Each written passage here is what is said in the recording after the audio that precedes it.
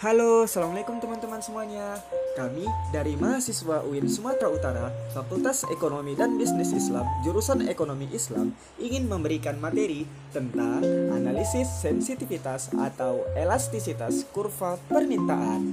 Nah, di sini ada 3 pemateri nih. Yang pertama ialah Ridwan Azhari Lubis, Sintaini Fisoliha, dan Triana Rahmadani Batubara. Oke teman-teman, silakan dinikmati videonya ya. Enjoy this video. Oke, materi yang pertama ialah pengertian dasar elastisitas. Elastisitas adalah suatu ukuran sensitivitas dari suatu variabel terhadap variabel lainnya atau persentase perubahan pada suatu variabel sebagai reaksi atau 1% perubahan lainnya. Konsep elastisitas digunakan untuk mengukur seberapa besar reaksi konsumen terhadap perubahan harga. Selain itu, elastisitas juga digunakan untuk meramalkan apa yang akan terjadi jika harga barang atau jasa dinaikkan. Jadi, elastisitas ini sebenarnya sangat bermanfaat bagi seorang manajer di perusahaan karena analisis elastisitas ini telah banyak memberikan tuntunan kepada para manajer di perusahaan dalam menentukan strategi pemasaran, bagaimana pemilihan teknik promosi yang baik, dan cara penentuan harga. Baiklah, materi selanjutnya ialah elastisitas permintaan. Elastisitas permintaan menjelaskan persentase perubahan jumlah barang yang diminta sebagai akibat dari persentase perubahan beberapa faktor yang mempengaruhinya. Jika persentase perubahan jumlah barang yang diminta sebagai akibat dari persentase perubahan harga, dinamakan elastisitas permintaan terhadap harga. Kemudian, jika persentase perubahan jumlah barang yang diminta disebabkan oleh persentase perubahan biaya promosi, maka dinamakan elastisitas permintaan terhadap biaya promosi. Dan manakala persentase perubahan jumlah barang yang diminta disebabkan oleh persentase perubahan kualitas produk, maka dinamakan elastisitas permintaan terhadap kualitas produk. Baiklah, materi selanjutnya ialah perhitungan elastisitas permintaan. Di sini saya akan menjelaskan tentang rumus dari elastisitas permintaan harga. Rumusnya ialah ED sama dengan delta Q per delta P dikali P per Q. Nah, delta Q di sini itu maksudnya ialah perubahan jumlah barang. Nah, untuk delta P ini sama dengan perubahan harga barang. Kemudian untuk P-nya sama dengan harga awal barang. Kemudian untuk Q-nya itu adalah jumlah awal barang gitu. Selanjutnya langsung masuk ke contohnya saja. Nah, contohnya seperti ini. Pada saat harga pulpen sebesar Rp4.000, kemudian jumlah barang yang diminta adalah 30 unit. Nah, setelah itu harga turun menjadi 3.600 dan jumlah barang yang diminta adalah 60 unit. Nah, pertanyaannya adalah berapakah besar nilai koefisien elastisitasnya? Oke, di sini langsung kita jawab saja. Nah, yang pertama diketahui untuk P atau harga awal barangnya sebesar Rp4.000. Nah, jumlah awal barang yang diminta atau Q sama dengan 30 unit. Selanjutnya untuk delta P.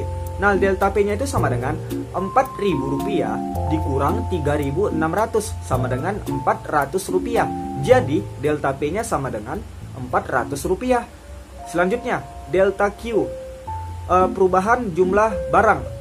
Jadi sama dengan 60 dikurang 30 sama dengan 30. Jadi delta Q-nya sama dengan 30. Sehingga langsung kita masukkan ke rumusnya saja. ED sama dengan delta Q per delta P dikali P per Q sama dengan 30 per 400 dikali 4.000 per 30. Nah, di sini kan ada angka yang sama nih. Angka 30 sama 30. Nah, 30 sama 30-nya kita matikan saja. Jadi sisanya itu 4.000 per 40. Langsung kita jumlahkan, jadi 4.000 per 40 sama dengan 10. Nah, diperolehlah nilai ED sama dengan 10. Dengan nilai elastisitas tersebut, maka termasuklah ke dalam permintaan yang elastis gitu. Karena syarat dari permintaan elastis sama dengan ED lebih besar dari 1. Di sini kan ED-nya 10. Nah, 10 ini tentunya lebih besar gitu kan dari 1. Nah, jadi maka dapat dikatakan bahwasanya ini adalah permintaan yang elastis. Nah, seperti itu. Assalamualaikum warahmatullahi wabarakatuh. Bismillahirrahmanirrahim. Baik, di sini saya akan melanjutkan materi kami, yaitu di mana saya akan menjelaskan faktor yang mempengaruhi elastisitas permintaan. Jadi, yang pertama itu ada ketersediaan akan barang dan jasa, yang kedua ada besarnya pendapatan yang dimiliki, yang ketiga ada tingginya minat konsumen, yang keempat ada permintaan terhadap suatu kebutuhan khusus, terus ada jangka waktu akan kebutuhan suatu barang dan jasa, dan yang terakhir ada kebutuhan akan barang yang berkualitas tinggi. Jadi selanjutnya ada pengertian dari elastisitas harga.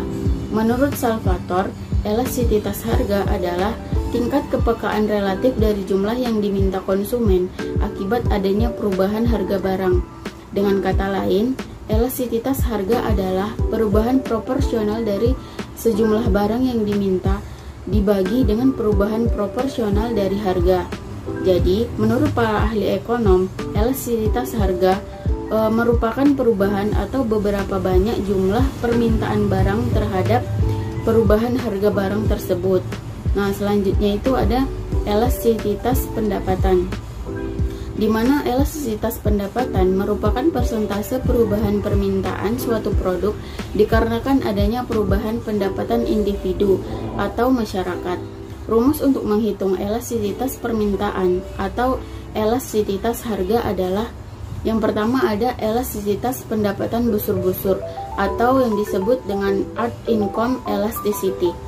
Untuk koefisien elastisitas pendapatan busur ini ditandai oleh adanya 2 tingkat pendapatan dan 2 tingkat jumlah yang diminta, yaitu seperti di bawah ini. Nah, yang kedua ada elastisitas pendapatan titik atau Point Income Elasticity. Rumus dari elastisitas pendapatan titik yaitu EI sama dengan DQ per DL dikali I per Q. Untuk kurva angle yang linear, DQ atau DI itu konstan sehingga dapat dituliskan menjadi delta I atau delta Q. Jadi rumusnya itu ada EI sama dengan delta Q per delta I dikali IQ. Dalam 3 rumus tersebut seperti saya contohkan tadi, koefisien pendapatan memiliki hasil yang baik atau positif untuk barang biasa yang permintaannya naik. Nah, dan buruk atau negatif untuk barang yang permintaannya turun. Jadi, sekian dari penjelasan saya. Terima kasih. Baik, saya akan menjelaskan mengenai elastisitas silang, pengaruh waktu terhadap elastisitas, dan terakhir elastisitas harga untuk produk permintaan turunan. Nah, jadi elastisitas silang merupakan elastisitas permintaan yang hanya berhubungan dengan satu jenis barang saja. Ada 3 konsep perubahan satu barang ke barang lain. Yang pertama elastisitas silang 0, kemudian elastisitas silang positif, dan terakhir elastisitas silang negatif. Lalu waktu yang dibutuhkan untuk menyesuaikan jumlah barang yang ditawarkan dengan perubahan harga dapat dibedakan menjadi 3. Yang pertama, jangka waktu sangat pendek. Yang kedua, jangka waktu panjang. Yang ketiga, jangka waktu pendek.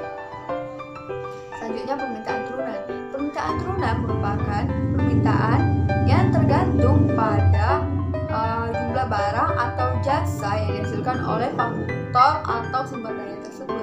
Sedangkan hukum permintaan merupakan kuantitas barang untuk suatu barang yang berhubungan terbalik dengan harga. Jika harga suatu barang itu naik, maka jumlah permintaannya pun turun, begitupun sebaliknya.